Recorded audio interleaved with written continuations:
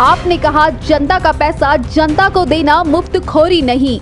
Free बिजली पानी के नाम पर उत्तराखंड में विपक्षी दल ना करे राजनीति।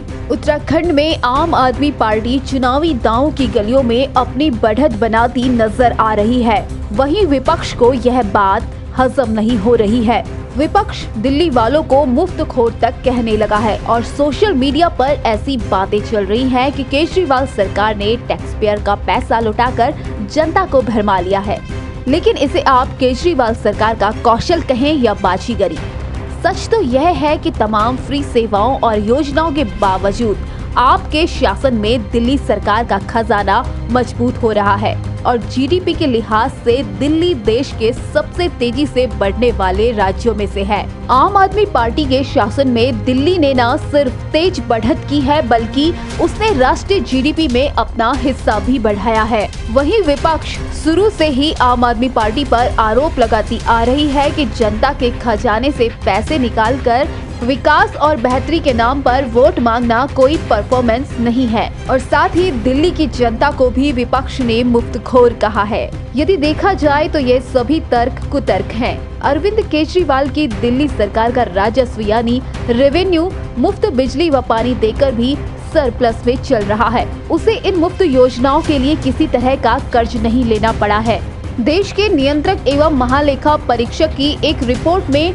2013-14 से लेकर 2017-18 तक दिल्ली सरकार रेवेन्यू सरप्लस में रही है और ये सरप्लस तब था जबकि राज्य को केंद्र से मिलने वाला अनुदान घट चुका था। दिल्ली सरकार को 2016-17 में 2,825 करोड़ रुपए का अनुदान केंद्र से मिला था, जबकि 2017-18 में दिल्ली को केंद्र से 2,184 करोड़ रुपए का अनुदान मिला था। 2018-19 में भी दिल्ली सरकार का अनुमानित रेवेन्यू सरप्लस 4,931 करोड़ रुपए था। इसी प्रकार राजकीय संतुलन की बात की जाए तो इस मामले में भी दिल्ली का प्रदर्शन राष्ट्रीय औसत से अच्छा रहा है। दिल्ली में राजस्व संतुलन लगातार पॉजिटिव बना रहा।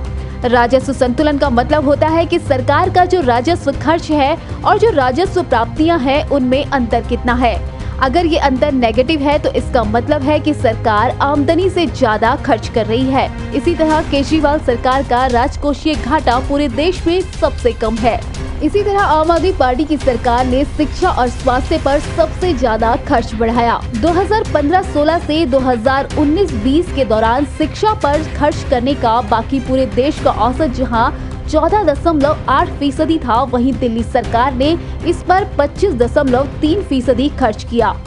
इसी तरह इस दौरान चिकित्सा और जन स्वास्थ्य परिवार कल्याण का खर्च करने का देश का औसत जहां 4.9% था, वहीं दिल्ली सरकार ने इस पर 12.5% खर्च किया।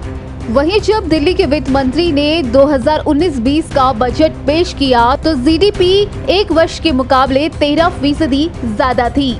इस बजट में दिल्ली सरकार ने ट्रांसपोर्ट के बजट में 38% की बढ़त, शिक्षा के बजट में 65% और स्वास्थ्य एवं परिवार कल्याण के बजट में 25% की बढ़त की।